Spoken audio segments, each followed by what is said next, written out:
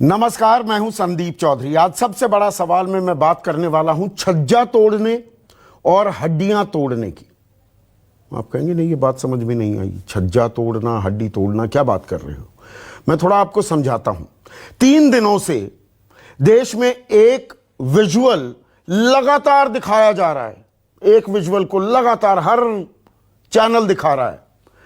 यह मुंबई के पाली हिल का इलाका है। यहां पर देश की सबसे बड़ी राष्ट्रभक्त कंगना रनाउत का दफ्तर है और इस दफ्तर का छज्जा तोड़ दिया गया तो देश में बवाल मच गया कि क्या हो गया है कानून व्यवस्था को। विरोध के सुर में ऐसी दुश्मनी भरी कार्रवाई क्यों की जा रही है? यह देश किस तरफ जा रहा है? तमाम सवाल उठाए जा रहे हैं छज्जा तोड़ने पर। अब मैं हड्डियां तोड़ने के भी कुछ विजुअल्स आपको दिखाने वाला हूं। यह तस्वीरें आपको दिखा रहा हूं।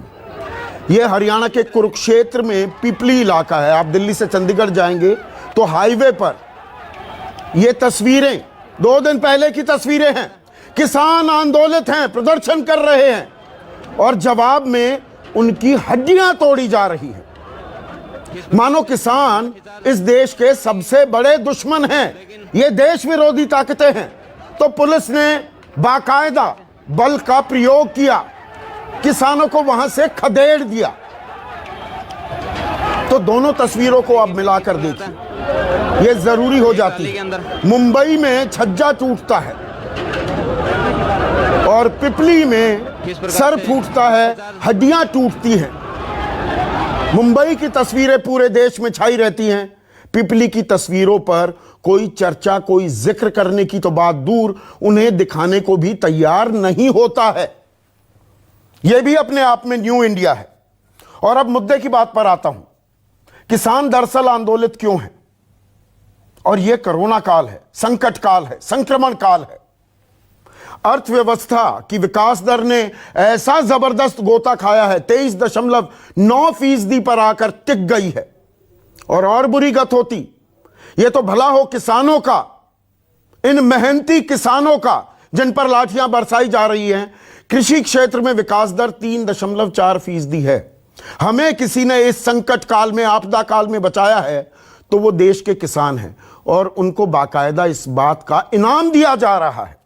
उन पर लाठियां बरसाई जा रही हैं। और वो आंदोलन क्यों कर रहे हैं?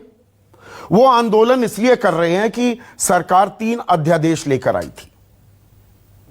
और अध्यादेश में क्या था कि भाई देखिए, एक राष्ट्र एक कृषि बाजार होगा, किसान कहीं भी जाकर अपनी फसल को बेच सकते हैं, अच्छा दाम मिलेगा। आप कहेंगे तो इसमें आंदोलन की बात कहां से आ गई? अब दरअसल किसानों को डर यह है कि वो पहले मंडी में अनाज बेचा करते थे, सरकार की एजेंसियां उसे खरीदती थी तो दाम मिल जाते थे, और वो भी 6% जितना उत्पादन होता था ना, उसी पर सरकारी खरीद होती थी। पर एक भरोसा था कि सरकार खरीद रही है। अब वो कह रहे हैं कि मंडी में जाएंगे वहां पर तो शुल्क लगेगा, बाहर हम कहीं भी बेचेंगे बीच में बिचौलिए आ जाएंगे, बड़े बड़े खिलाड़ी आ जाएंगे, कारोबारी आ जाएंगे, हमें माकूल दाम नहीं मिल पाएंगे। इस बात का किसानों को डर है और यह वाजिब डर है, लेकिन इसे कोई एड्रेस करने को तैयार नहीं। बस कह दिया एक राष्ट्र एक कृषि बाजार, किसानों की बल्ले बल्ले होने वाली है, बात खत्म। दूसरा है कॉन्ट्रैक्ट फार्मिंग को लेकर कि आप करार कर लीजिए कंपनियों के साथ, 5 साल तक का भी करार कर सकते हैं कि मैं ये अपने खेत में उगाऊंगा, ये फसल होगी और आप इसकी खरीदी कर लेना। इसके अलावा एक और आवश्यक वस्तु अधिनियम है, उसमें बदलाव किया गया है। और बदलाव क्या? पहले भंडारण पर रोक होती थी कि आप इतनी ही खरीदी कर सकते हैं, आलू, प्याज, तिलहन, खाद्य तेल वगैरह की। अब वो बंदिशें हटा दी गई हैं। किसानों को डर लग रहा है इससे कालाबाजारी होगी, एक बार में माल खरीद लिया जाएगा और फिर जब किसान को जरूरत होगी अपनी पैदावार बेचने की, उसका माल नहीं खरीदा जाएगा। तो कोई भी राइट थिंकिंग आदमी, कोई भी किसानों के प्रति संवेदनशील सरकार कहेगी कि इस पर बात होनी चाहिए, लेकिन बात नहीं की जा रही है। ये लाठियां चलाने के विजुअल फिर से चलाइए। ये लाठियां चल रही हैं, ये आप देख रहे हैं, ये कोई मनगढ़ंत तस्वीरें आपको नहीं दिखाई जा रही। लेकिन हरियाणा के गृह मंत्री अनिल विज कहते हैं कि लाठीचार्ज तो हुआ ही नहीं। डंडे तो चले ही नहीं, वैसे भी ये कोरोना काल है, इस तरह का प्रदर्शन किया नहीं जा सकता। ये अवैध है, ये इलीगल है, ये कानून तोड़ना है। एक ट्राली के अंदर आने की। और दिलचस्प बात यह है कि उन्हीं के सांसद, बीजेपी के सांसद, हिसार से सांसद ब्रजेंद्र सिंह और भिवानी महेंद्रगढ़ से सांसद धर्मवीर सिंह, ये सरकार के खिलाफ खड़े हो गए हैं कि यह कार्रवाई तो बिल्कुल गलत है, नाइंसाफी है किसानों के साथ। उन्हीं के सांसद बोल रहे हैं, किसान समिति बनाई है बीजेपी ने, उसका यह हिस्सा है। दुष्यंत चौटाला, उनका पूरा परिवार किसानों की राजनीति करता आया है, वो उप मुख्यमंत्री हैं, वो तो चुप हैं, लेकिन उनके छोटे भाई दिग्विजय चौटाला ने आवाज बुलंद की है, किसानों के साथ गलत हो रहा है, पर सरकार टस से मस नहीं हो रही है। अब किसानों ने कह दिया है कि 14 तारीख तक, 14 सितंबर संसद सत्र भी उसी दिन शुरू होगा, आप ये सारे अध्यादेश वापस ले लीजिए, वरना 15 तारीख से हम हर जिले में, हर जिला हेडक्वार्टर में प्रदर्शन करेंगे। और 20 तारीख तक भी बात नहीं मानी गई तो हरियाणा की सभी सड़कें हम जाम कर देंगे, ब्लॉक कर देंगे। और ये बात सिर्फ हरियाणा की नहीं है, पंजाब में भी आंदोलन हो रहा है, राजस्थान में भी आंदोलन हो रहा है, महाराष्ट्र में आंदोलन के पक्ष में भी आवाजें उठ रही हैं। राजू शेट्टी सरकार के इन अध्यादेशों के पक्ष में है। पर पहले बयान सुनिए, क्या कुछ कहा जा रहा है। ये जो प्रदर्शन कर रहे हैं ये बिल्कुल गुमराह कर रहे हैं लोगों को। ये जो अध्यादेश आए हैं 1947 के बाद पहली बार किसान को आज़ादी मिली है। पहली बार किसान अपनी उपज जो है वो कहीं भी जाकर बेच सकता है, वो मंडी में भी बेच सकता है, वो एमएसपी पे भी बेच सकता है, लेकिन उसके अलावा अगर उसको कहीं और अच्छा दाम मिलता है तो बेच सकता है। ये आज़ादी उसको पहले नहीं थी, ये आज़ादी इस बिल के बाद ही आई है। हमारा ये कहना है कि मानते हैं कि देश में कोविड चला हुआ है और कोविड में सभी देश के लोग देश की सरकार के साथ हैं, परंतु देश की सरकार और प्रदेश की सरकार भी भारतीय जनता पार्टी के नेताओं के लिए कोविड कुछ नहीं हो, रैलियां करके चले जाएं, वो अपने अभिनंदन करा के चले जाएं, और किसानों के ऊपर अत्याचार हो रहा है, किसान उसकी आवाज उठा रहे हैं, आज उनकी आवाज को दबाया जा रहा है। हम तो ये कहने आए हैं, मेवा सिंह जी आए हैं, मैं आया हूँ, हमारे साथी हैं, हम इनसे कहते हैं किसानों को सोशल डिस्टेंसिंग पे उनको इजाजत दी जाए, अपनी बात रखने की, अपनी बात वो कर लेंगे। ऐसे में आज का सबसे बड़ा सवाल, किसान परेशान है या राजनीति परेशान कर रही है, और किसान के भरोसे सरकार या सरकार के भरोसे किसान। मैंने आपको बताया विकास दर को थोड़ा बहुत सहारा किसी ने दिया है तो इन मेहनती किसानों ने दिया है। चर्चा में मेरे साथ बीजेपी के प्रवक्ता और वकील भी हैं, और आज वो दरअसल एक कमजोर केस की पैरवी करने वाले हैं, राजीव जेटली। कांग्रेस के राष्ट्रीय प्रवक्ता अभय दुबे मेरे साथ हैं। स्वाभिमान इंडिया के संस्थापक और किसानों की आवाज लगातार बुलंद करते हैं योगेंद्र यादव मेरे साथ हैं। भारतीय किसान यूनियन जो इस आंदोलन की अगुवाई कर रही है, उनके मुख्य चेहरा राकेश टिकैत मेरे साथ हैं, और देश के फॉरमोस्ट एग्रीकल्चरल एक्सपर्ट, कृषि विशेषज्ञ देवेंद्र शर्मा भी इस चर्चा में जुड़ चुके हैं। तो किसानों पर लाठियां चलेंगी, विरोध करेंगे तो छज्जा तोड़ने पर देश में बवाल हो जाएगा, किसान की हड्डियां तोड़ने पर चुप्पी साधी जाएगी। राजीव जेटली।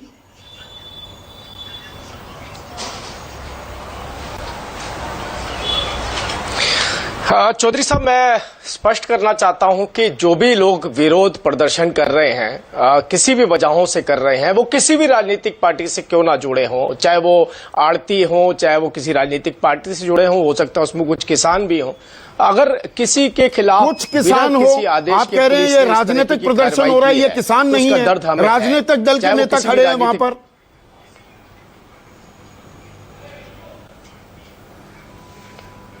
नहीं, मैंने आपसे ये नहीं कहा, मैंने आपसे कहा कि अगर वो राजनीतिक पार्टी के नेता भी हैं तो भी हमें दर्द है, क्योंकि वो कृषि से जुड़े हुए लोग हैं।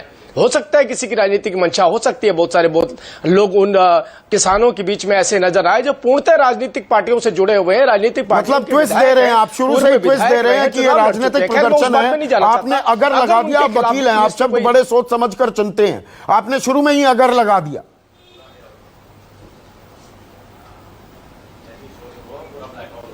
नहीं, मैं आपसे दो बातें कह रहा हूं। मैंने आपसे कहा, चाहे वो कोई आड़ती हो, चाहे वो किसी राजनीतिक पार्टी से जुड़े हों, अगर वो कृषि से जुड़े हैं और बिना किसी आदेश के पुलिस ने उनके ऊपर कोई कार्रवाई की है तो उसका दर्द हमें है। अगर पुलिस ने एक भी डंडा किसी के ऊपर उठाया है तो उसकी पीड़ा हमें है। हम ये नहीं कह रहे किसी राजनीतिक पार्टी से जुड़े हैं और कृषि से ताल्लुकात रखते हैं तो उनको प्रदर्शन करने का अधिकार नहीं है, अपनी बात रखने का अधिकार नहीं है। सबको अधिकार है अपनी बात रखने का और इसीलिए गवर्नमेंट ने इसकी परमिशन भी दी है। लेकिन मुद्दा यहां पर यह नहीं है, मुद्दा यहां पर यह है कि प्रदर्शन हो किस बात के लिए रहा है। देखिए, सोचने की बात यह है, किसान तो प्रदर्शन कर नहीं सकता इस अध्यादेश को लेकर के। अच्छा, किसान नहीं कर सकता, ये किसान नहीं है, देशी अध्यादेश है, वो किसान कैसे प्रदर्शन कर सकता है? अच्छा, कैसे कर सकता है? अनिल विज कहते हैं लाठी चली नहीं, ये तस्वीरें मनगढ़ंत है, ये कहीं और से तस्वीरें उठाकर मैं ले आया। अनिल विज कहते हैं नहीं, लाठीचार्ज नहीं हुआ। आप ही के सांसद धर्मवीर और ब्रजेंद्र कहते हैं कि नहीं, ये नाइंसाफी हुई है, किसानों का विरोध दबाया जा रहा है। मैं किसकी बात मानूं?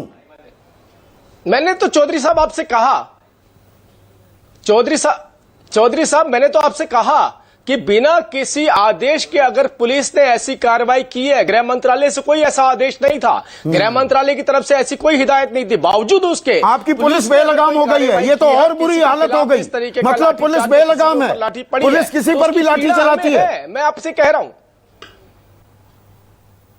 नहीं, आपसे कहा परिस्थितियों के मद्देनजर अगर पुलिस ने कोई ऐसे कार्रवाई, आप सोचिए, मैं पॉलिटिकल पार्टी का प्रवक्ता होने के नाते इस बात को एक्सेप्ट करने के लिए तैयार हूं कि चाहे वो कांग्रेस ही क्यों ना हो, वो किसानी से और कृषि से जुड़ा हुआ व्यक्ति है, अगर पुलिस ने उसके ऊपर लाठी उठाई है तो मुझे पीड़ा है उस बात की भी। कोई बोलेगा क्या इस बात को कि मुझे पीड़ा है? हमारी पार्टी को पीड़ा है इस बात की कि वो कृषि से जुड़ा हुआ व्यक्ति है, अपनी बात रखना चाहता है। बात रखने के और भी माध्यम हो सकते थे, चुने जा सकते थे।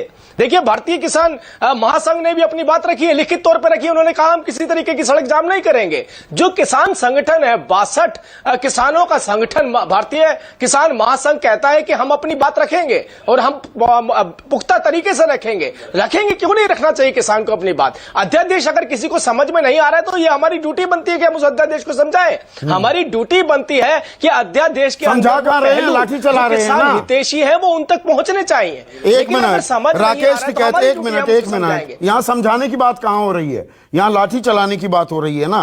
राकेश टिकैत को स्क्रीन पर लाइए। तो इसमें राजनीतिक दल बैठे हुए हैं क्या, जो आप प्रदर्शन कर रहे हैं? यहां पर अगर लगाकर सारी बात कही जा रही है, राजनीतिक लोग भी हैं, किसान तो विरोध कर ही नहीं सकता। दरअसल कहा यह जा रहा है ये किसान नहीं है, तो ये राजनीतिक प्रदर्शन है क्या आपका? नहीं, राजनीतिक प्रदर्शन का तो किसानों का प्रदर्शन है, अपनी आवाज उठाने का हक है। क्या जब यह अध्यादेश आया तो क्या किसानों को बुलाया गया, उनसे सहमति ली गई? उनसे नहीं ली गई। लॉकडाउन में जिस तरह के बिल पास हुए हैं उसमें किसानों को बुलाना चाहिए था। इसमें बहुत सी खामियां हैं, वो इनको सुधार करनी उसमें पड़ेगी। भाई, खामियां आप सुधार नहीं करोगे और आप जबरदस्ती थोपोगे। आज हमने देखा कि जो मंडियां है, मंडियों के बाहर लोग दुकानें खरीद रहे हैं, मंडी में आएंगे तो उनको टैक्स देना पड़ेगा। मंडी से बाहर में कितनी माल खरीद कर कहीं बेच दो, किसान नहीं बेच पाएगा इतनी दूर माल। आप इसमें एक क्लॉज ये डाल दो कि एमएसपी से नीचे पे खरीद नहीं होगी, ये क्लॉज डाल दो ना। क्लॉज डालने में क्या दिक्कत है? देखो, किसानों को डर ये है कि देश में से एमएसपी खत्म होगी। आप उसकी गारंटी दे दो हमको कि देश से एमएसपी खत्म नहीं होगी। आप ये क्लॉज डाल दो, ये क्लॉज डाल दो कि वो मंडी में बेचे या मंडी के बाहर बेचे, उस पर कोई टैक्स नहीं लगेगा। आप कम से कम मंडी में सुरक्षित ये तो थे, एक स्थान था कि किसान जाके माल वहां बेच सकता था, और वो भी सारा माल नहीं बिकता था। राकेश भाई, सारी फसल नहीं बेच पाते थे, मंडियों में भी 6% फसल बिक पाती थी। हमें ये है कि कम से कम जो एमएसपी की है वे तो खरीद की गारंटी दे। और दूध का क्यों नहीं एमएसपी हो सकता, फलों का क्यों नहीं हो सकता, वेजिटेबल्स का क्यों नहीं हो सकता? आपने वेजिटेबल्स का किसान लॉकडाउन में पूरा 100% बर्बाद हुआ, फूल का किसान बर्बाद हुआ। आपने उनकी क्या व्यवस्था करी सरकार ने? देखो, किसी ने ही देश को जिंदा रखा है लॉकडाउन में। आपके उद्योग धंधे 2-2 महीने की सैलरी, 1-1 महीने की सैलरी दे पाए तो उसकी छोड़ कर भाग गए। किसान आपकी लाठियां खाता रहा और किसान अपने खेत में जाता रहा, देश को अनाज देता रहा, और आज भुखमरी की कगार से किसान ने देश को उभार दिया। आप उसको सपोर्ट नहीं करोगे, लॉकडाउन का बहाना लेके प्रदर्शन ना करे उसका बहाना लेके सोशल डिस्टेंस का बहाना लेके आप बिल पास करोगे, आपके नेताएं मीटिंग करेंगे, उस पर कोई लॉकडाउन नहीं है। लेकिन अगर किसान प्रदर्शन करेगा तो लॉकडाउन है। ये किस तरह की व्यवस्था है? राजीव जेटली, सीधी सी मांग है, सीधी सी मांग है, 1 मिनट राकेश टिकैत, सीधी सी मांग है, एमएसपी पूरे देश में लागू करवा दीजिए। आप कह रहे हैं मंडी की जगह, अरे कहीं भी जाकर पंजाब का किसान, हरियाणा का किसान, कर्नाटक में भी जाके बेचे फसल, केरला में भी, कागज पर बहुत अच्छी लग रही है, पर गारंटी दे दीजिए, कानून बना दीजिए, एमएसपी से नीचे कोई नहीं बेचेगा, वरना सीधा जेल जाएगा। किसान ले लेंगे आंदोलन वापस। 1 मिनट राजीव जेटली। चौधरी साहब मैं जी चौधरी साहब, मैं अपनी पार्टी का प्रवक्ता हूं, राष्ट्रीय चैनल पे इस बात को रख रहा हूं। अगर मैं रख रहा हूं तो मेरी बात को आप लेंगे ना, ऑथेंटिक तरीके से लेंगे। एमएसपी के ऊपर ही फसल बिकेगी मंडियों के अंदर, कोई मंडी बंद नहीं होगी, मंडियों का फैलाव होगा। मंडियां अभी भी, अगर मैं इसी प्रदेश की बात कर लूं, जिस प्रदेश की आप बात कर रहे हैं, हरियाणा की, 4000 करोड़ रुपए की लागत से 3 मंडियां बनाई जा रही हैं और 700 करोड़ रुपए की लागत से मंडियों को सड़कों से, गांव से जोड़ा जा रहा है। तो मैं आपको ये बोल रहा हूं, ना एमएसपी घटने वाली है, ना एमएसपी बंद होगी और ना कानून बना दीजिए ना, देश में एमएसपी से नीचे जो भी फसल खरीदेगा वो सीधा जेल जाएगा। राजीव जेटली,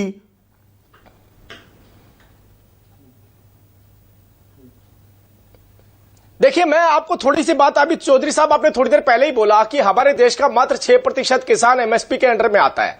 पूरे देश के अंदर आपने देखा जिस तरीके के हालात हैं, मंडियां भी कई जगहों पर नहीं है। आप बिहार की बात करिए, दूसरे प्रदेशों की बात करिए, हरियाणा और पंजाब को छोड़ दीजिए, तो मंडियों का इतना बड़ा फैलाव नहीं है। लेकिन किसान को अपनी फसल जहां बेचनी होती थी, उसके पास दो दिक्कत आती थी। पहली बात तो यह थी कि उसको अपनी फसल की लागत में कितना फायदा मिलेगा, ये उसके बारे में अवगत नहीं था। आपने कहा अभी अध्यादेश में कॉन्ट्रैक्ट फार्मिंग होगी।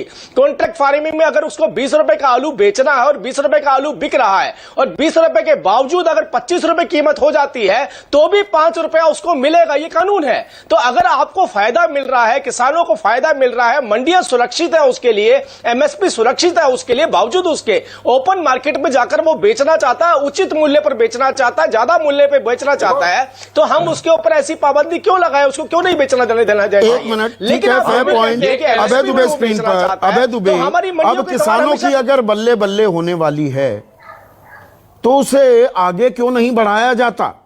क्या ये राजनीति हावी हो रही है? संदीप चौधरी जी, किसानों की बल्ले बल्ले हो रही होती तो समूचे देश में इस महामारी के विकट समय में किसान सड़कों पर नहीं होता। आपने पंजाब का उदाहरण दिया, राजस्थान का दिया, हरियाणा का दिया, हमारे मध्य प्रदेश में सारे राज्यों में है। और इस आपदा के काल को किसानों के खिलाफ मुट्ठी भर व्यापारियों के समर्थन में अवसर में मोदी सरकार ने तब्दील किया। ठीक कहा किसान नेता ने कि एक किसान संगठन से बात की, ये खुद कह रहे हैं 62 किसान संगठन विरोध में हैं। उन 62 किसान संगठनों को अध्यादेश समझ में नहीं आया, सिर्फ एक व्यक्ति को आया, प्रधानमंत्री नरेंद्र मोदी जी को। वो खुद अपनी सीएसीपी की रिपोर्ट उठाकर देख ले, उसने क्या गंभीर आरोप लगाया है। वो तो सरकार की संस्था है। उसने कहा कि सरकार जो अनाज का प्रिक्योरमेंट करती है, उसने उदाहरण दिया कि दाल का प्रिक्योरमेंट आप करते हो और ऐसे समय दाल बाजार में उतार देते हो जब किसानों की फसलें आती तो प्राइसेस क्रैश हो जाती है। ये उसका सबसे बड़ा तथ्य था जो आपने होल्डर्स को बढ़ावा देने के लिए एसेंशियल कमोडिटी एक्ट में संशोधन करके असीमित तरीके से उसके संग्रहण की अनुमति दे दी। पर यहां राजीव जेटली ये कह रहे हैं अभय दुबे कि कोई मंडी बंद नहीं की जाएगी, मंडी में ही बेचना चाहते हैं अगर किसान तो मंडी में जाकर अपना माल बेचे ना। दूसरा रास्ता, 1 मिनट राजीव जेटली, आपके पास आ रहा हूं मैं। एक मिनट सुनिए संदीप जी, एक तो सबसे बड़ा मूर्खतापूर्ण तर्क है कि पूरे हिंदुस्तान में कहीं भी किसान असम का महाराष्ट्र में बेच ले, मध्य प्रदेश का जाकर बिहार में बेच ले। क्या मजाक है प्रधानमंत्री जी?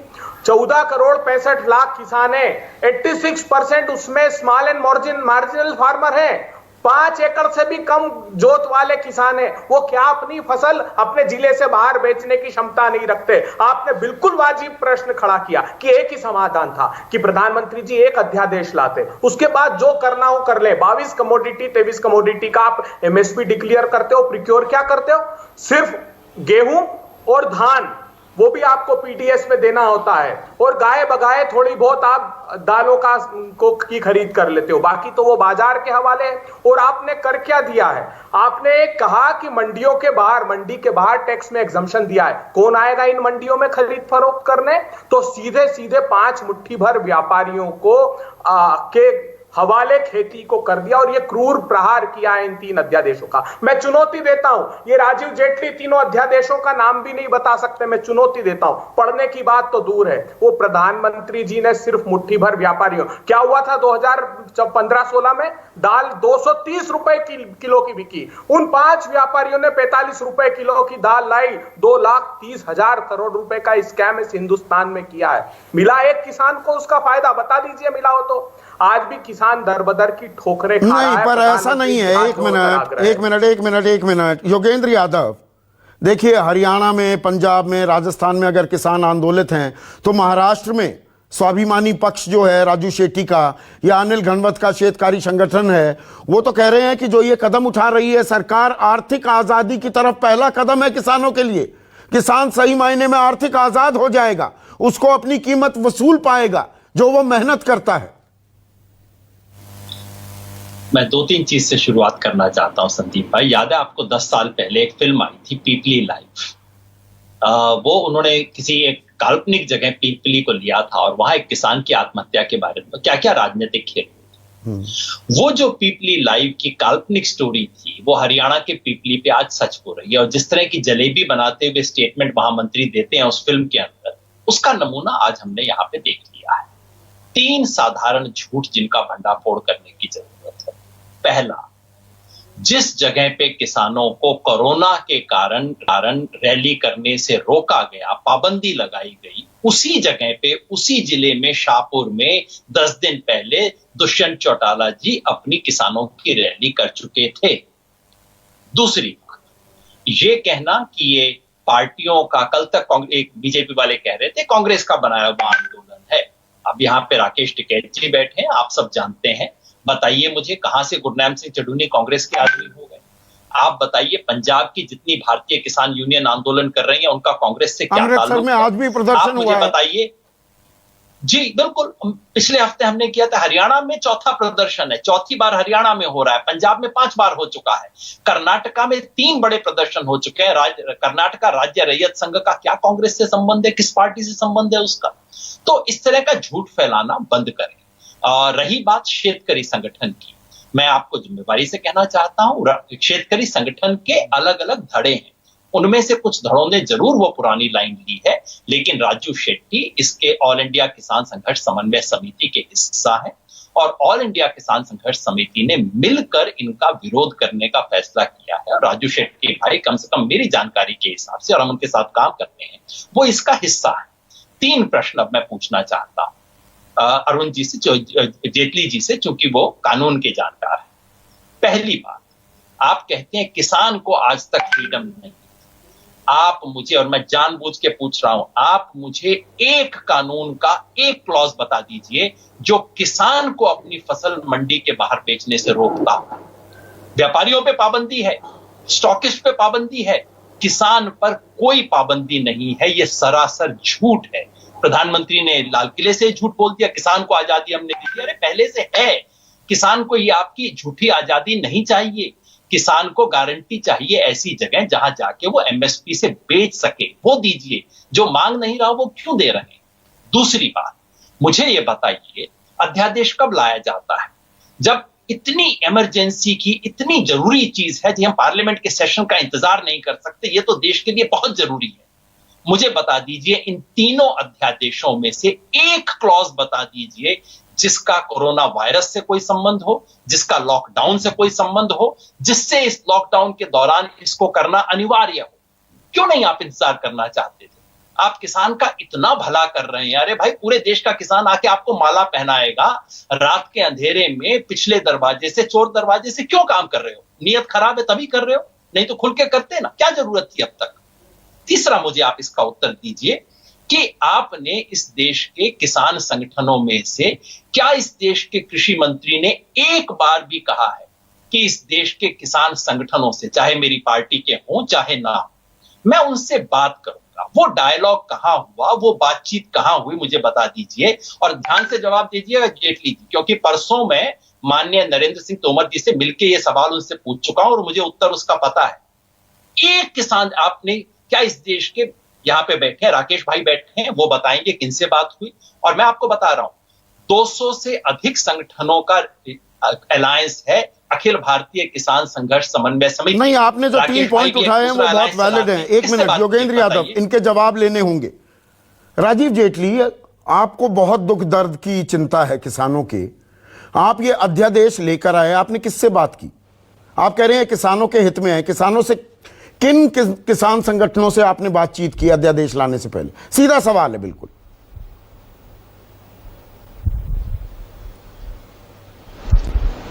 संदीप जी, मुझे आज खुशी हो रही है आपकी डिबेट के ऊपर, क्योंकि जब से डिबेट हुई अध्यादेश के ऊपर कोई टेक्निकल पॉइंट अभी तक किसी ने नहीं उठाया। योगेंद्र यादव जी तो बहुत अच्छे खिलाड़ी माने जाते हैं एग्रीकल्चर को लेकर के, लेकिन योगेंद्र यादव जी ने जो 3 पॉइंट जो उठाए उन पॉइंटों में निकाल के क्या लेके आए?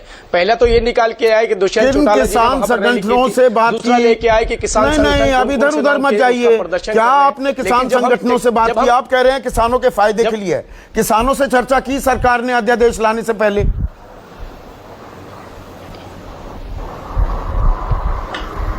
देखिए, बिल्कुल किसानों से बात करी, बिल्कुल किसानों से बात करी। कौन से संगठनों से बात की? 200 संगठन बता रहे हैं पार्टी। किसान को उस मंच पर लेकर कौन गया? भारतीय जनता पार्टी लेके आई। मैं आपको बता रहा हूं, मेरे को बताने तो दीजिए, एक बार पूरी बात करने दीजिए। सबसे पहली बात यह है कि जो अध्यादेश आया अभी थोड़ी देर पहले, जो आपके यहाँ चर्चा हो रही थी, योगेंद्र यादव जी ने कहा, नाम बताइए ना, किन किसान संगठनों से बात की? बात तभी आगे बढ़ेगी ना, एक एक चीज पर चलते हैं। कितने किसान संगठनों से आपने बात की? नहीं, एक सेकंड।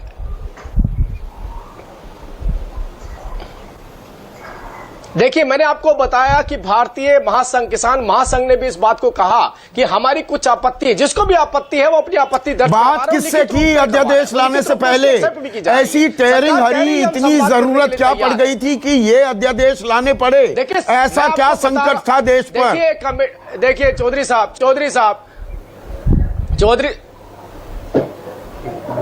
साहब, संकट तो किसानों से हटाने का काम भी भारतीय जनता पार्टी ने किया। 20 महीने में 95,000 करोड़ रुपए दिया। देखिए, 27,000 करोड़ रुपए का बजट होता था पिछली सरकारों का 2013-14 का, सब 95,000 करोड़ तो किसान सम्मान निधि के तहत दे दिया। अरे भाई, 2.5 लाख करोड़ रुपए का बजट। अभी मैं इस बारे में नहीं जाना चाहता, लेकिन मेरी जो मुद्दा है, जिस मुद्दे पे आप चर्चा कर रहे हैं, वो अध्यादेश है। अध्यादेश से भटक जाएंगे तो वही बात होगी। तो अध्यादेश लाए तो किससे बात की और लाने की वजह क्या थी? वही तो पूछ रहा हूं मैं, बिल्कुल नहीं भटकता। मुझे ये तो बता दीजिए कि इसमें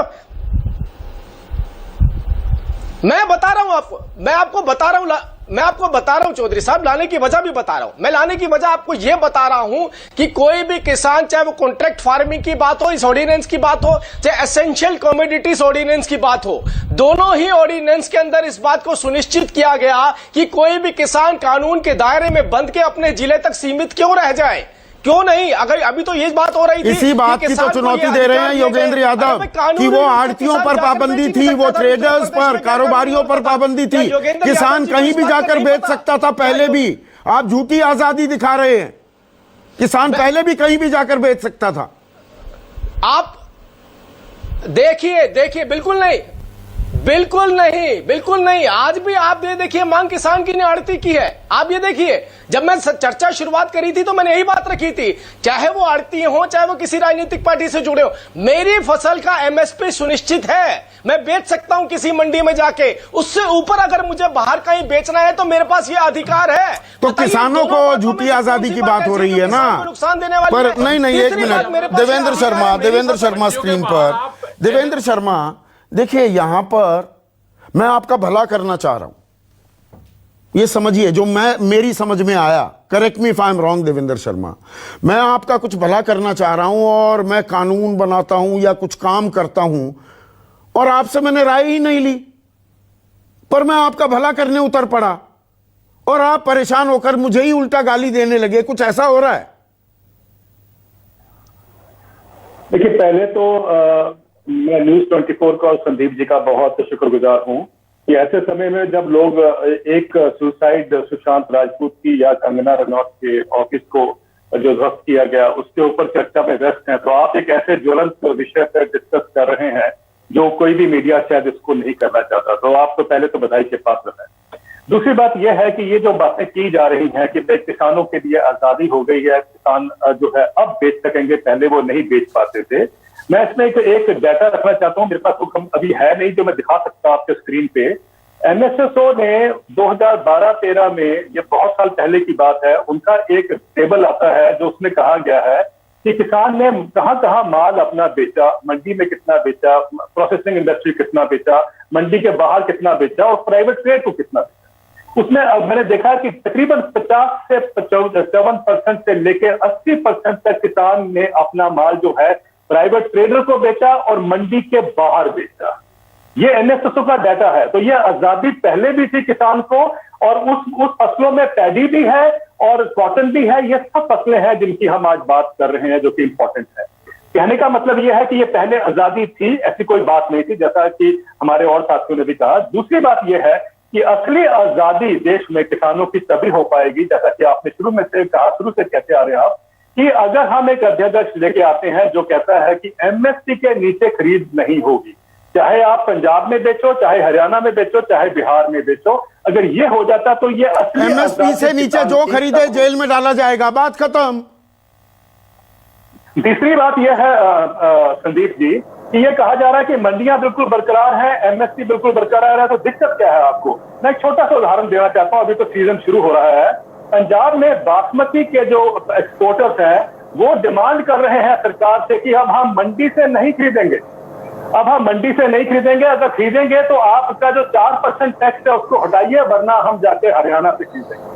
ब्लैकमेल अभी से शुरू हो गया है, प्रेशर अभी से बिल्डअप होना शुरू हो गया है। तो इसका मतलब क्या हुआ कि आस्ते आस्ते मंडियों का जो रोल है वो रिडंडेंट होता जाएगा, वो कम होता जाएगा।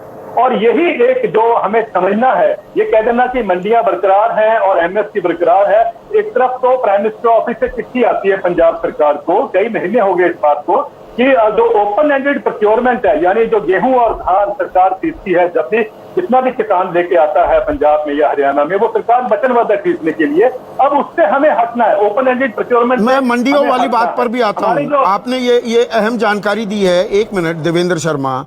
लेकिन राकेश भाई, अभी मैं पहले किसानों का दुख दर्द समझ रही है सरकार, उनके भले का काम कर रही है, तो आपसे बात की।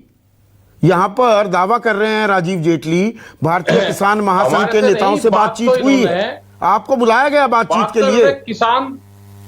बात तो इन्होंने किसान संघ से भी नहीं करी, अपने बात इन्होंने किसी से नहीं करी। लोगों को तो लॉकडाउन का डर दिखाते रहे और इन्होंने अध्यादेश जारी कर दिया। अभी मेरी कुछ सांसदों से बात हो रही थी 2 दिन पहले, तो ये कह रहे थे जी पार्लियामेंट चलती है, अब तक क्वेश्चन आवर नहीं है, और अब की बार शनिवार और संडे में भी पार्लियामेंट चलेगी। कह रहे कुछ नहीं, सिर्फ बिल पास करने हैं जो ये दिए हैं। तो भाई ये बिल पास करेंगे तो पूरे देश में हंगामा होगा। जब तक आप हमारे क्लोज नहीं आप उसमें डाल लोगे, आप बिल ले आए, आप दोनों के मंडी से बाहर भी एमएसपी से नीचे खरीद नहीं होगी, उस पर नहीं आता कोई भी। आप कितना स्टॉक करोगे, आप उस पर आओ। कॉन्ट्रैक्ट फार्मिंग के क्या रूल्स होंगे, आप उस पर आओ। तो उस पर आना नहीं चाहते, और जिस हिसाब से मंडियां खत्म होंगी, हमने देखा कि मंडी में जो व्यापारी था उसने बाहर अपनी अपनी दुकानें खोल ली दूसरी जगह, वहां से जो माल खरीदेगा वहां से ही माल वो बेचेगा।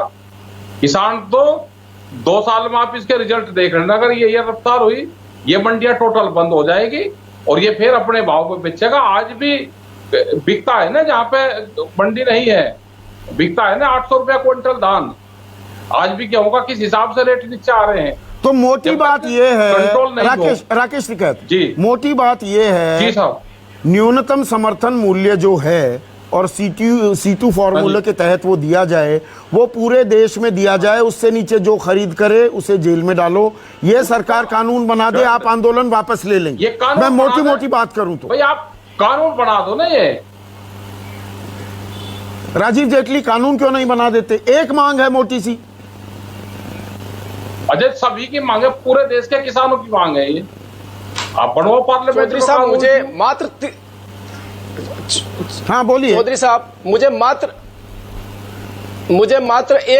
30 सेकंड दे दीजिए। मैं अध्यादेश पे ही बोलना चाहता हूं, केवल अध्यादेश पे बोलना चाहता हूं। आप कानून ला दीजिए ना, समझनी बहुत जरूरी है। एमएसपी से नीचे खरीद नहीं होगी देश में। की बात हो रही है, मैं आपको बताना चाहता एक सेकंड, बिल्कुल नहीं होगी। किसी भी मंडी में एमएसपी से नीचे खरीद नहीं होगी। जेल में जाएगा जो खरीदेगा। बाहर खरीदना चाहता है तो वो खरीद सकता है। ये किसान के पास अधिकार है। क्यों हम इस बात से अधिकार है? पीछे हट रहे हैं? आप कौन सी दुनिया में है राजीव जेटली? क्यों इस बात से आप कौन सी दुनिया में है? किसान को 2000 रुपए का न्यूनतम समर्थन मूल्य होगा, 800 रुपए में किसान बेचता घूम रहा है अपनी फसल। कौन सी दुनिया में है आप क्या कह रहे हैं? कौन सा अधिकार है? कानून बनाइए ना, कोई खरीदेगा तो जेल में जाएगा। नहीं, आप बताइए चौधरी साहब, ये तो बड़ी चौधरी साहब मुझे ये बताइए, अगर किसान मंडी में बेचना चाहता है तो उसे मंडी में आने से कौन रोकेगा? नंबर 1। नंबर 2, किसान को अगर लगता है कि मेरा फायदा बाहर बेचने में ज्यादा है मंडी के बजाय, तो मैं बाहर बेचूंगा। अच्छा, बाहर वाला मंडी से ज्यादा कीमत दे देगा। नंबर 2। एक मिनट किसान अबे दुबे, नहीं, मैं मुद्दे पर रहता हूं। अबे दुबे, अरे मंडी में क्यों जाना चाह रहे हैं? बाहर बेच दो, बाहर तो मंडी से भी ज्यादा दाम मिलेंगे। मतलब ये तर्क समझ में आ रहा है क्या? देखिए संदीप जी, बहुत शर्मनाक बात है। ऐसा नहीं था सरकार को नहीं पता, सरकार को ये पता है। 2006 में बिहार ने ये समाप्त कर दिया मंडियों का प्रावधान। ये योगेंद्र यादव जी, देवेंद्र शर्मा जी बड़े विज्ञ और विद्वान लोग हैं, इनसे पूछिए क्या हासिल हुआ वहां का। नाबार्ड ने जो रिपोर्ट जारी की है 2016 में, उसने कहा कि उसकी वजह से हिंदुस्तान का, बिहार का किसान सबसे कम कमा पा रहा है, सबसे कम पैसा उसको मिलता है। ये परिणाम था। और ऐसा नहीं है, मोदी सरकार का इंटेंशन मेला फाइट है, पूत के पांव पालने में दिख गए थे। सारे देश के राजनीतिक दलों ने मिलकर भूमि अधिग्रहण का कानून बनाया था। मोदी सरकार उसके खिलाफ भी अध्यादेश लेकर आए, उसमें सफल नहीं होने दिया। हमने तो क्या किया, राज्यों को कहा कि एग्रीकल्चर और लैंड तो स्टेट सब्जेक्ट है, आप उसको अमेंड कर लीजिए। अरे वाह साहब, अब ये तो एग्रीकल्चर अगर स्टेट सब्जेक्ट है आर्टिकल 246 7 शेड्यूल में एंट्री 14 में, तो फिर आपने क्यों टांग अड़ाई इसमें? नहीं, वो तो कंकरन संवर्ती लिस्ट में ला रहे हैं ना, संवर्ती सूची में ला रहे हैं। नहीं, मैं यही तो कह रहा हूं। तो फिर आपने जो कहा, सारे लोग एक स्वर में यही मांग कर रहे हैं कि आप एक ही अध्यादेश ले आइए, फिर जो चाहे करिए आप, कि एमएसपी से कम में हिंदुस्तान में किसानों की फसलें नहीं बिकेगी। ये जो कह रहे हैं ना, बाहर क्या होगा मैं बताता हूं। क्यों आएगा व्यापारी मंडी में टैक्स देने के लिए? अभी जैसे योगेंद्र यादव जी ने, देवेंद्र शर्मा जी ने बात की, वो कहेगा कि बाहर। और मैं एक बात और बता दूं, अभी लोगों ने, बड़े व्यापारियों ने अपने निजी क्षेत्रों को चिन्हित करना प्रारंभ कर दिया है मंडी के लिए। ये मध्य प्रदेश में होना प्रारंभ हो गया है। अब इसके सेक्शन 2F में जो इन्होंने कहा कॉन्ट्रैक्ट फार्मिंग, अडानी जी से 1 एकड़ का किसान लड़ेगा, उसमें कह रहे हैं कि पहले आपकी वो ट्रिब्यूनल में होगा, फिर एडीएम सेक्शन 30 में एसडीएम की कोर्ट में मुकदमा चलेगा। वो 1 एकड़ का किसान बर्बाद हो जाएगा मुकदमा लड़ने में। प्रधानमंत्री, 1 मिनट, योगेंद्र यादव अब स्क्रीन पर। योगेंद्र यादव, राजीव जेटली ये कह रहे हैं कि अरे मंडी में बेचो और नहीं तो बाहर बेचो, किसान का अधिकार है। अधिकार शब्द उन्होंने इस्तेमाल किया है। उसको एमएसपी मिलेगा। एमएसपी मिल रहा है क्या? 1950 रुपए अगर गेहूं की कीमत है, बाहर वो 1300 रुपए में नहीं बेच रहा है क्या? या राम राज्य आ गया? मैं तो ऐसी भोली बातें सुन के मतलब मुझे समझ नहीं आता, हंसों के रों। आज की तारीख में मैं आपको बता रहा हूं, मक्की का सरकारी दाम है 1760 रुपया। और आज की तारीख में बंगाल और बिहार, क्योंकि उनके यहां इन दिनों होती है, आज की तारीख में बंगाल और बिहार का किसान उसे 850-900 रुपए में बेच रहा है। जेटली जी, क्या आपको पता है इन चीजों का? दूसरा, आप कहते हैं देखिए खुशी की बात है, बाहर जाके बेचेगा, बेचे, उसकी क्या जरूरत है? मैं समझता हूं, आप याद रखिए क्या होगा। आज की तारीख में मंडी में जाते हैं, 4.5, 5, 6, 6.5% टैक्स लगता है। अगर आप दोनों ऑप्शन खोलेंगे तो कोई पागल आदमी होगा जो 1 लाख रुपए के ऊपर मुफ्त में 6% 6,000 रुपए बर्बाद अपना करेगा। जाहिर है मंडी के बाहर सौदे होने शुरू होंगे। परिणाम क्या होगा? 2 साल में, 3 साल में मंडी खत्म हो जाएगी। उसके बाद हम कहां पहुंचेंगे? जहां बिहार में है जी, वहां पे धान 850-900 रुपए में बिकता है, बाकी पूरे देश में 1600-1700 रुपए में धान बिकता है। हमारे यहाँ पर 1 मिनट, योगेंद्र यादव, मेरे पीसीआर डायरेक्टर ने अभी मुझे प्रॉम्प्ट किया है कि बहुतेरे हमारी लाइंस बिल्कुल जैम हो गई हैं, इतने किसानों के फोन्स आ रहे हैं और वो ये सवाल कह रहे हैं कि संदीप आप ये सवाल पूछिए कि ये मंडी शुल्क जो है इसे खत्म क्यों नहीं करती सरकार? जो आप पॉइंट कह रहे थे अभी कि पागल है किसान, 6,000 रुपए दे देगा, लाख रुपए की उसने माल बेचा है मंडी में, तो मंडी टैक्स क्यों नहीं पहले खत्म करते? मंडी टैक्स कम करने की जरूरत है, मंडियों में बहुत सुधार की जरूरत है, मंडियों में बहुत गड़बड़ पॉलिटिक्स होनी शुरू गई हुई, ठीक करने की जरूरत है। यानी कि आप यूं समझिए, मेरे घर की छत है, छत लीक कर रही है, चू रही है, बहुत बुरी बात है, उसको खत्म कीजिए, ठीक कीजिए। लेकिन कोई कहे भाई तेरे घर की छत चू रही है, हम छत ही हटा देते हैं घर की, क्या ये सॉल्यूशन है? ये सरकार तो ये कर रही है कि आपकी छत चू रही है इसलिए हम छत ही हटा देते हैं घर की। नहीं, जो आप कह रहे हैं 2-3 साल में मंडी व्यवस्था ही खत्म हो जाएगी। 2015 की शांता कुमार कमेटी की एक वो रिपोर्ट थी कि एमएसपी बेस्ड गवर्नमेंट प्रोक्योरमेंट, जो न्यूनतम समर्थन मूल्य पर आधारित सरकारी खरीद की जो व्यवस्था, इसे खत्म करो। उसी ओर जा रहे हैं क्या हम? ये बड़ा डर है क्या? बिल्कुल, देखिए ये जो राकेश टिकैत जी का डर है वो बिल्कुल सही डर है, क्योंकि इस सरकार ने सन 2014 में एक कमेटी बनाई जिसने 2015 जनवरी में अपनी रिपोर्ट दी। हाँ, वही शांता कुमार की सरकार रिपोर्ट ने 2015 शांता कुमार कमेटी में इसमें रिपोर्ट दी, कहा कि ये प्रोक्योरमेंट वगैरह का धंधा ही खत्म करवाओ। 2015 फरवरी में इस सरकार ने सुप्रीम कोर्ट में हलफनामा दिया कि ये 1.5 गुना दाम वगैरह दिया नहीं जाएगा, मार्केट खराब हो जाएगी, ऐसे काम बंद करो। इस सरकार ने एमएसपी के ऊपर बोनस देने से राज्य सरकारों को रोका। राज्य सरकार अपनी जेब से बोनस नहीं दे सकती है। और इस सरकार ने अभी, जो कि देवेंद्र शर्मा जी ने बताया, अभी पंजाब और हरियाणा को कहा है कि ओपन प्रोक्योरमेंट वाले मामले को कम करना पड़ेगा। तो नियत बिल्कुल साफ है, ये कोई इनको सपना नहीं आ रहा। राकेश टिकैत, देवेंद्र शर्मा और राकेश टिकैत स्क्रीन पर। राकेश टिकैत, मैं बिल्कुल जमीनी रिपोर्ट चाहता हूं, मैं आपके मुंह से। ये जो योगेंद्र यादव कह रहे हैं, मेरी जो जानकारी है, योगेंद्र यादव अभी कह रहे हैं कि मक्का कहां 1700 रुपए, कहां 800 रुपए में बेचा जा रहा है। ये सच है क्या? ये बिल्कुल सत्य है। देखो, लॉकडाउन में कौन कौन लोग बर्बाद हुए, इनके पास में पूरी रिपोर्ट हमने दी। पूरा वेजिटेबल्स का किसान बर्बाद हुआ, पूरा फूल का किसान बर्बाद हुआ, दूध का किसान बर्बाद हुआ, मक्का का किसान बर्बाद हुआ, पोल्ट्री फार्म बर्बाद हुए। ये एक दूसरे से जुड़े हुए हैं। 20 लाख करोड़ रुपए का बंदर बाट हुआ, क्या इन किसानों के हिस्से में नहीं आता? ये बता रहे हैं 95,000 करोड़ रुपए तो दिए आपको। कहाँ दे दिए जी? ये 2,000 रुपए नहीं दिए, एडवांस आपको किस्त दे दी भाई। किस्त किसको दे दी? कहाँ किस्त चली गई? बर्बाद तो मक्का का किसान हुआ, जिसने कितनी मेहनत करके, और उसका 1700-1800 रुपए में बिकता था। पोल्ट्री फार्म बर्बाद हुए थे, मक्का का किसान गया। मंदिर बंद हुए तो फूल का किसान गया, सब्जी का किसान गया। क्या हालात इनकी मंडियों में वहां पे हुई जब सब्जी लेकर आता था किसान मध्य प्रदेश से, राजस्थान से, छत्तीसगढ़ से। पुलिस उनको पीटती थी, तंग करती थी। उसके बाद में भी उस नट खा के भी शहरों को सब्जियां सप्लाई करने का काम करा। दूध के किसान का क्या हाल हुआ? इनको ये चाहिए कि सबसे पहले जो 5-6 फसलों का किसान बर्बाद हुआ, उसको उभारने की जरूरत है। बहुत फैसिलिटी उसको देने की जरूरत नहीं। 95,000 करोड़ की बात हो रही है। पश्चिमी उत्तर प्रदेश में 17,000 करोड़ रुपए का तो बकाया खड़ा है कि 14 दिन में पैसे देने थे गन्ना किसानों को। कौन से पैसे दिए जा रहे हैं? आप पश्चिमी उत्तर प्रदेश से पैसे मिल गए अपने गन्ने के? गन्ना किसानों का बकाया है, क्यों नहीं देते? वो कहेंगे 14 दिन में भुगतान करेंगे गन्ने का, करते नहीं।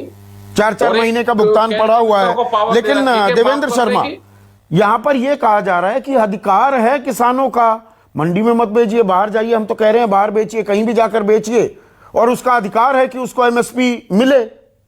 अधिकार से काम चलता है क्या? किसान जाए और कारोबारी को कहे अरे भैया एमएसपी पे दो, मुझे वो कीमत दो, वो दे देगा? ऐसे होता है? हो रहा है? देखिए, इसमें दो बातें समझने वाली हैं। हाँ, देखिए संदीप जी, इसमें दो बातें समझने वाली हैं। एक तो यह है कि देश का 86% किसान जो है उसके पास 2 हेक्टेयर से कम जमीन है। उसके पास इतनी भी हिम्मत नहीं है कि वो एक जिले से जाकर दूसरे जिले में बेच पाए। उसी में से अगर हम देखें तो 68% लोग ऐसे हैं जिनके पास 1 हेक्टेयर से कम जमीन है। आप 1 हेक्टेयर का जो किसान है उसके पास तो कुछ बेचने को है ही नहीं है। आप उससे कैसे एक्सपेक्ट करते हो कि वो जाके बाहर बेचे, जैसा कि पहले भी कहा जा चुका है। एक बात तो ये है। दूसरी बात ये कही जा रही है कि मंडी में आपका अधिकार है, आप जाके बेचिए। देखिए, ये समझना बहुत जरूरी है कि जैसा पहले उदाहरण दिया गया मक्की का जो प्रोक्योरमेंट रेट है 1850 रुपए का है, जो नया रेट है, और उसके बावजूद भी किसानों को 900, 1000 रुपए, 1200 रुपए ये मिला। पंजाब में तो एक जगह पे 600 रुपए पे भी मक्की जो है वो ऑप्शन उसमें हुई है मंडी में। तो ये आपसे स्पष्ट है कि जो अधिकार है, जो एमएसपी सरकार अनाउंस करती है 23 फसलों पे करती है, लेकिन सिर्फ 2 फसलों पे उसकी खरीद होती है। गेहूं और धान के ऊपर। अगर हम लोग गेहूं और धान भी, जैसे मैंने कहा कि सरकार कह रही है कि ओपन एंडेड प्रोक्योरमेंट बंद करेंगे, और जैसा कि हमारे चीफ इकोनॉमिक एडवाइजर साहब कह रहे हैं कि अभी नेशनल फूड सिक्योरिटी एक्ट में 67% पॉपुलेशन को हम राशन देते हैं, वो कम करके 20% पॉपुलेशन को कर देना चाहिए, यानी प्रोक्योरमेंट भी कम हो जाएगी। तो उसका मतलब है कि मंडी का जो तो मतलब मंडी व्यवस्था खत्म करने की तरफ सरकार चल रही है, यही डर है किसानों का। और इसी के चलते देखिए Rajiv Jaitley, I am running out of time, एक छोटा सा बयान सुनवाकर एक लास्ट कमेंट चाहूंगा। अकाली दल, अब तो सबसे पुराना एलआई वो है, शिवसेना तो आपसे हट गया, वो भी किसानों के पक्ष में उतर आया है। सुनिए। किसी भी डेमोक्रेसी में हर एक का हक बनता है, उसका राइट है कि वो पीसफुली प्रोटेस्ट कर सके। हाँ, कोविड का समय है, प्रिकॉशन सबको लेनी चाहिए, लेकिन यहाँ पंजाब में भी लगातार ये हो रहा है कि यहाँ कोविड के नाम के ऊपर बड़े अनडेमोक्रेटिक काम किए जा रहे हैं कि लोगों की आवाज़ ही जो है वो बंद करने की कोशिश की जाती है। गवर्नमेंट को भी कुछ ना कुछ सोचना चाहिए कि ऐसे काम ना करें कि लोगों को प्रोटेस्ट करना पड़े, इसलिए पहले ही बात सुन लेनी चाहिए। राजीव जेटली, ये शिरोमणि अकाली दल के दलजीत चीमा हैं, वो भी कह रहे हैं चिंताएं दूर करो, ये राजनीति मत बताइए कि अगर उसमें कांग्रेस है, ये आपके सहयोगी कह रहे हैं। पंजाब में भी आंदोलन हो रहा है।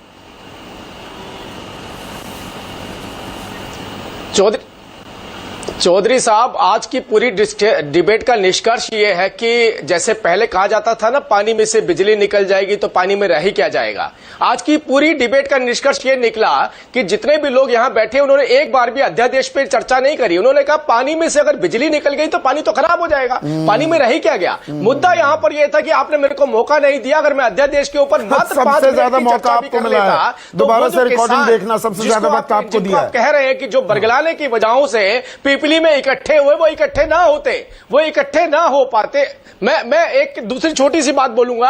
आज की आप ही की डिबेट के अंदर जो प्रश्न उठाए तो उसके जवाब आज टिकैत साहब ने दे दिए। टिकैत साहब ने कहा कि मध्य प्रदेश का और राजस्थान का किसान जो सब्जी लेकर के आता था उसको पुलिस तंग करती थी, उसको रास्ते में रोका जाता था। तो जवाब तो मैं थोड़ी दे रहा हूं, जवाब तो टिकैत साहब ही दे रहे हैं। और यही बात टिकैत साहब ने एक सवाल ये भी पूछा था कि न्यूनतम समर्थन मूल्य पर कानून बना दीजिए, देश में उससे नीचे जो खरीदेगा जेल में जाएगा।